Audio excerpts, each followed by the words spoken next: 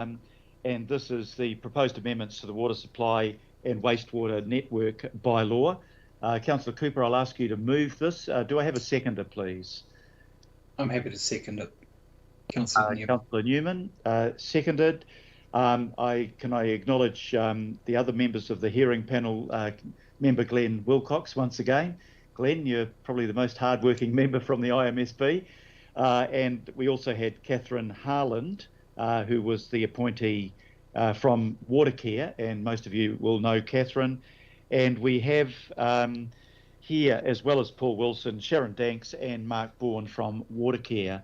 So, Linda, I'll ask you to introduce it, and then I'll ask officers if they'd like to speak to it before we move to questions. Thank you, Mr. Chair. Thank you. So this report presents bylaw panel recommendations on public feedback excuse me, and local board views on the proposal to amend the Water Supply and Wastewater Network Bylaw 2015. The proposal sought to continue to protect the water supply and wastewater networks from damage, misuse, interference, and better assist in providing reliable, safe and efficient water and wastewater services in Auckland.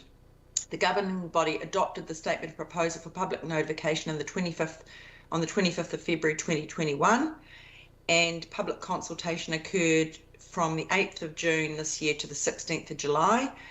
And the usual processes of public organisations and local boards had the opportunity to provide feedback in a variety of ways, including online, email, post, phone and in person. 46 people and organisations provided feedback. All three proposals received majority support.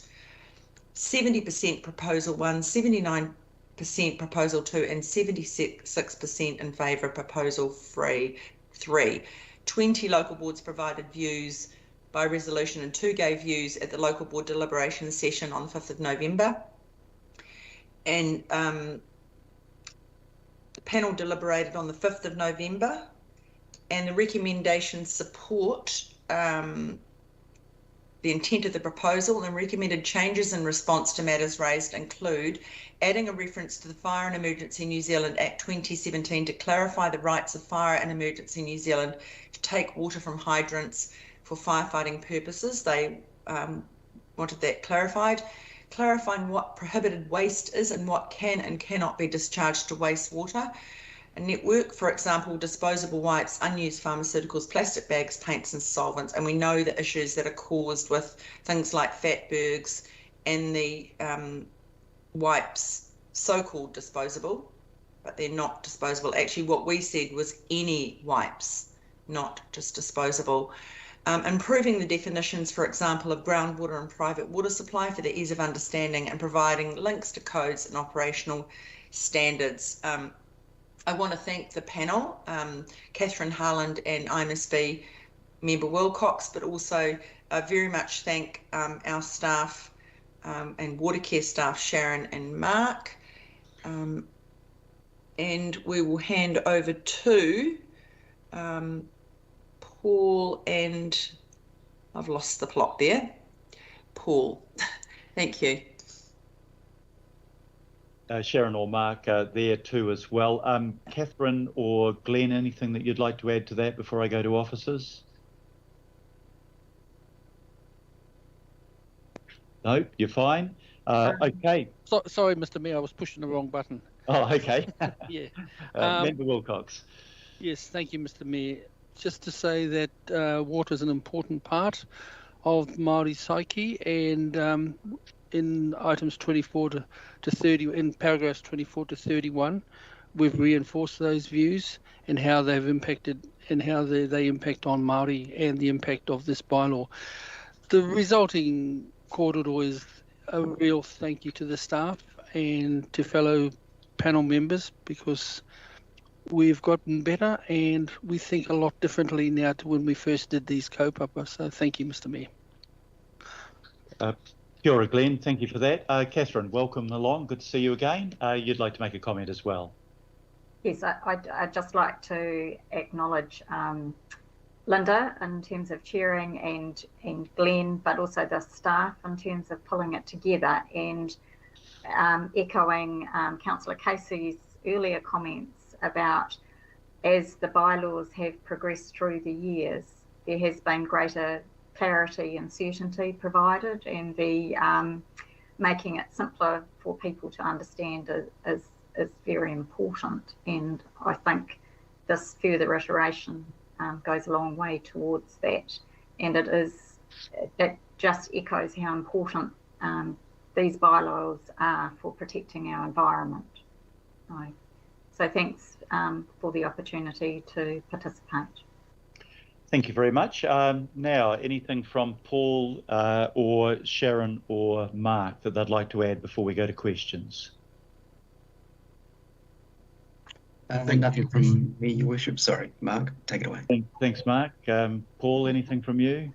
My apologies. Thank you, Worship. I'd just like to acknowledge the hard work by the review panel and just reiterate Catherine Harlan's comments relative to the importance this bylaw places in protecting the water and wastewater services of Tamaki Makaurau. So thank you for the hard work, review panel. Thanks, Paul. Sharon, anything from you? Good morning, Worship. No, nothing from me at this stage. Thank you very much. So we come to the first question is Councillor Wayne Walker, followed by Councillor Pipakoon.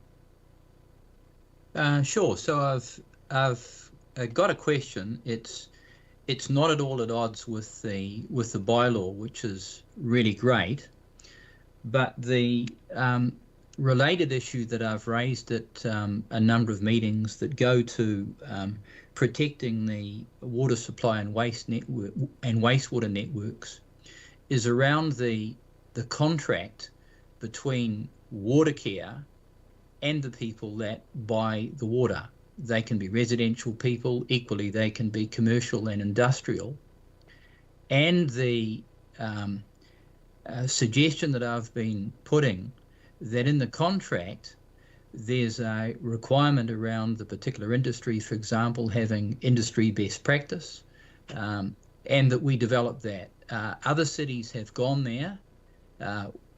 What this enables is it means that there's an emphasis on water conservation, because as it stands now, we have nothing to prevent a water user wasting as much water as they want. Absolutely nothing, as far as I know. And as far as products going into the wastewater, there are many other products in addition to what we're covering off here, nanoplastics and other things. The generation of chemicals on an ongoing basis is phenomenal in terms of new chemicals. So yes, fully supportive of these amendments, but my question is around whether this consideration has been taken up, because it could have very real effect. It doesn't require a bylaw.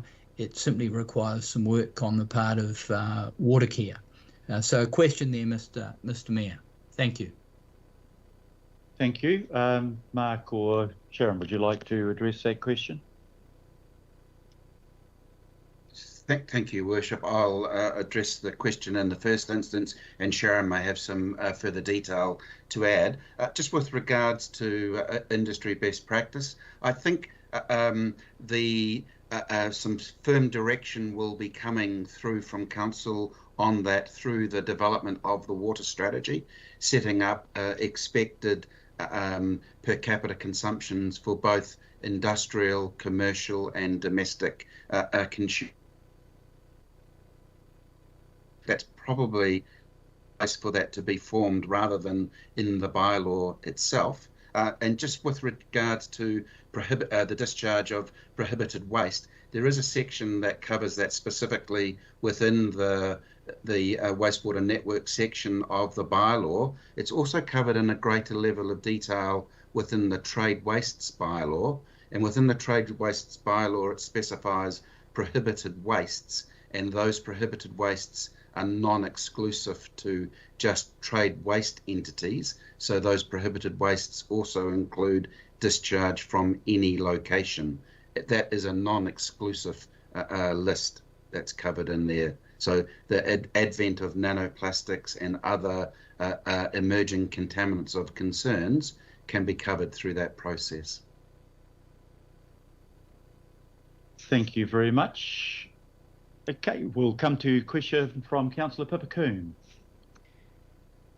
Kia ora, Mr. Mayor. Thank you everybody who's done all this fantastic work on the bylaws. I do appreciate that it's a big job. Mark has sort of touched on my partai. I just wanted confirmation that this amendments in the bylaw are consistent with the water strategy and, or going further, obviously, that it's actually complementary to the water strategy, and just any examples of how they will work together, if that's possible.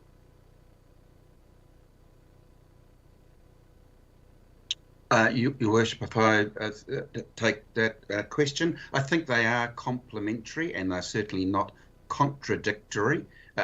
So the two will work in tandem. The primary purpose of this bylaw is to protect the water and wastewater system, particularly from external forces, whether they be tampering or from other parties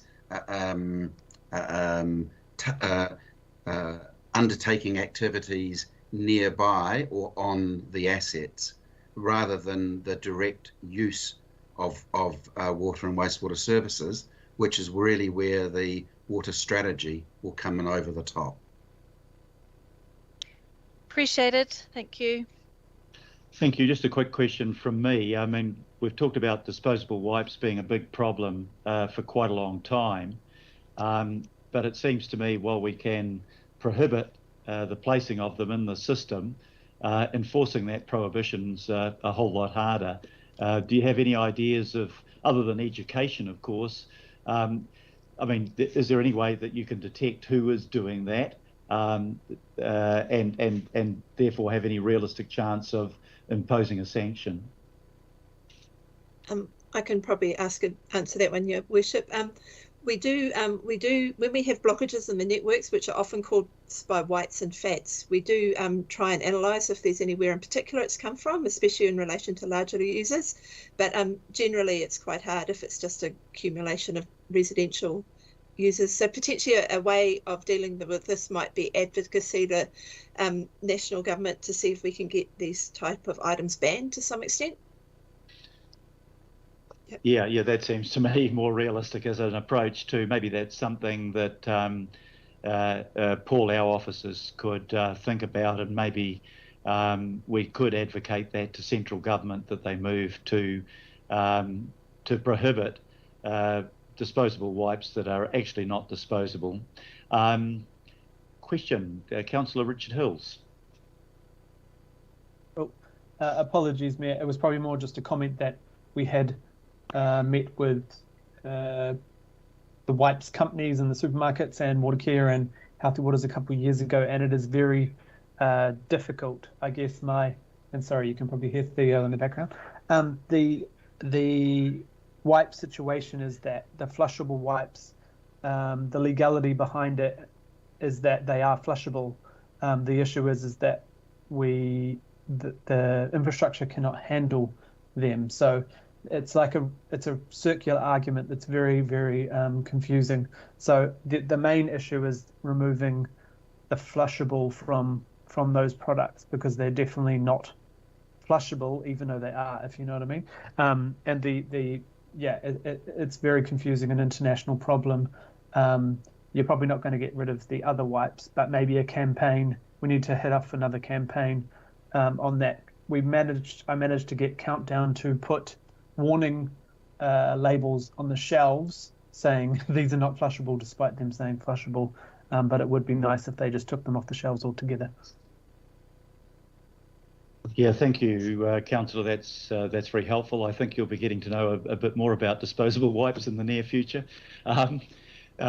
Member Wilcox, question or comment? Just a comment, Mr. Chair, in response to your question. One of the things that did come out from the local boards, particularly the Howard local boards, was that a lot of the instructions or brief summaries of these bylaws are only in English, and there was a definite need to, within these educational pamphlets or educational material, to include other language that is spoken in Auckland. and perhaps that's another way to deal with the problem of these wipes going down the loo. So I just thought I'd point that out, that this was a submission from particularly the Howick Local Board about the lack of other languages in our educational brochures. Thank you. Yeah, thanks, Member Wilcox. I think, I appreciate Councillor Hill's comments about the difficulties there, but we may just need to ramp up our efforts and, think about how we can educate people, or at the very least, stop them being called disposable wipes, in the sense that you think you can dispose of them down the toilet. Okay, I have no further questions or comments. So I'll put the recommendations. Sorry, Mr. Chair, I did have a Councillor final Cooper, comment, sorry. if I could, Yeah. to close. Sorry, thank you. And I'm only doing it because it's the end of the year and it's been a long year for our community social policy staff. And just, I want to absolutely thank Paul and his team, Kataraina Maki, for the work they've done. They've just soldiered through all of the lockdowns. They've modified the way we've got feedback in. They've done a huge amount of work, and I want to thank them very much. Also, our CCOs that we work with, particularly Watercare on this one, and just say we've still got a few to work through before the end of the year. However, I just want to thank and all the people that have been on the panels, fellow councillors, IMSB members that have been on the panels, because it's been a sterling effort. Even though we've been isolated at home, we've worked really well together. So thank you very much to all of them. Thank you, Councillor Cooper, and I think we'd all endorse your comments on that. Okay, so I'll put those recommendations. All those in favour, please say aye. Aye. Aye. To the contrary, no. I declare that carried. Now we come to item number 13, which is the item that we had two presentations on this morning.